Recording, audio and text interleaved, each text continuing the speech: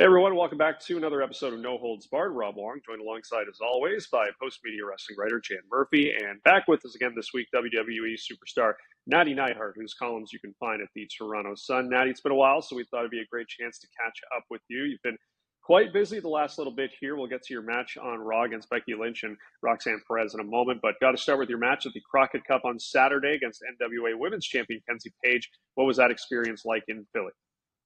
Oh, that was a blast. It was my first time at the ECW arena performing. Because I've gone to shows at the ECW arena, which like I've been to several wrestling events there. And of course it's a very historical arena, so it was like kind of one of those like arenas that I wanted to compete in, like a bucket list arena. But it was just a surreal atmosphere. It was so cool. It was so like you could really feel the history in that building. And I was thinking like, wow, especially with everything that, over the last few weeks that's transpired with Sabu and with his passing. We did a tribute to him at the show. Billy Corgan, had a really beautiful tribute to Sabu. So in a lot of ways, it was like we were honoring him that night too.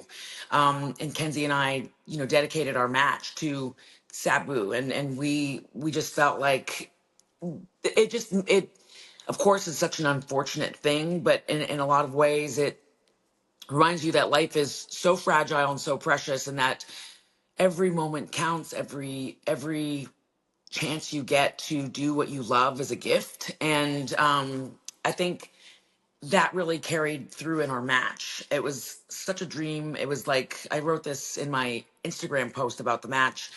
It's like nights like that, wrestling Kenzie for the NWA Women's Championship at the Crockett Cup. It's like those are the nights that I dream of in wrestling. And so she really impressed me. I mean, she's a little but she's very, very good. She's cocky, she's cheeky, she has a lot of attitude. She really believes in herself. And that's the thing, is that like if you can she talks the talk, but she could walk the walk.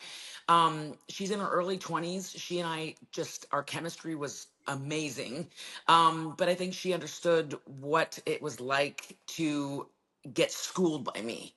And so, and I said this a couple days ago, but she did get the natty rub. And so she's going to spend the rest of her career chasing that feeling and trying to recapture that feeling of what it's like to wrestle the best of all time. And that is me.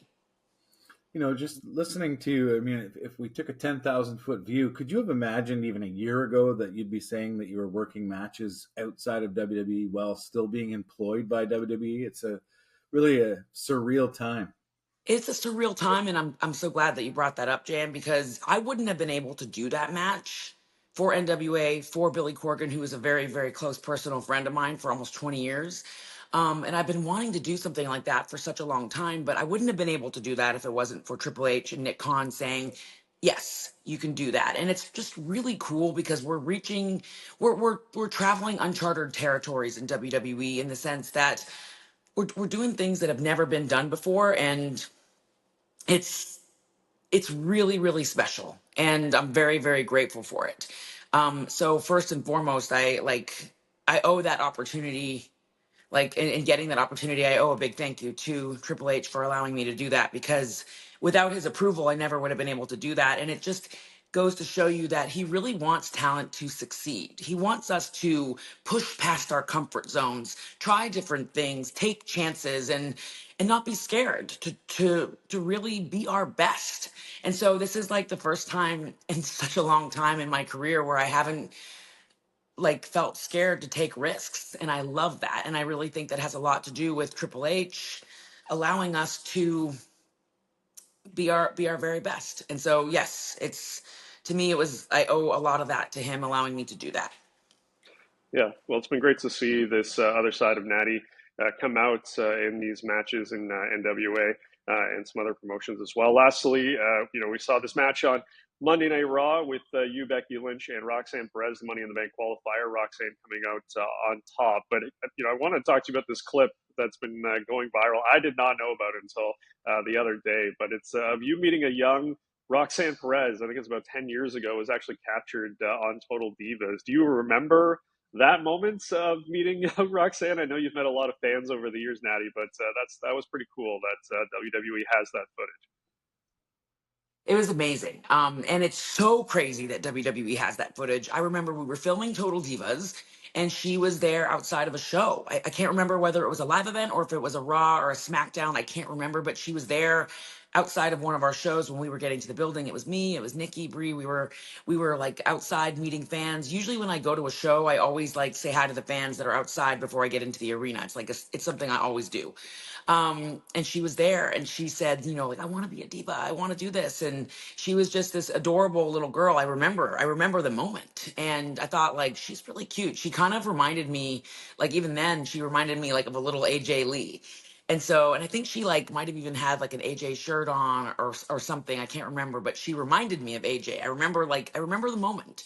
Um, and so, of course, we've come full circle because I got a chance to work with her, compete against her on Monday Night Raw this week. So she's now officially a member of the Raw roster. And so we had this awesome triple threat match, myself versus Becky versus Roxy.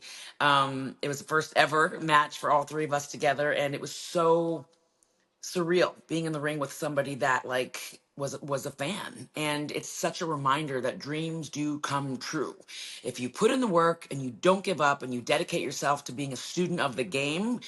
You can reach your dreams and you can compete with the greatest women wrestlers in the world, and she did that and she beat me. She's a cheater, but she beat me. Yeah, great match that we saw. Nattie, as always, we appreciate the time.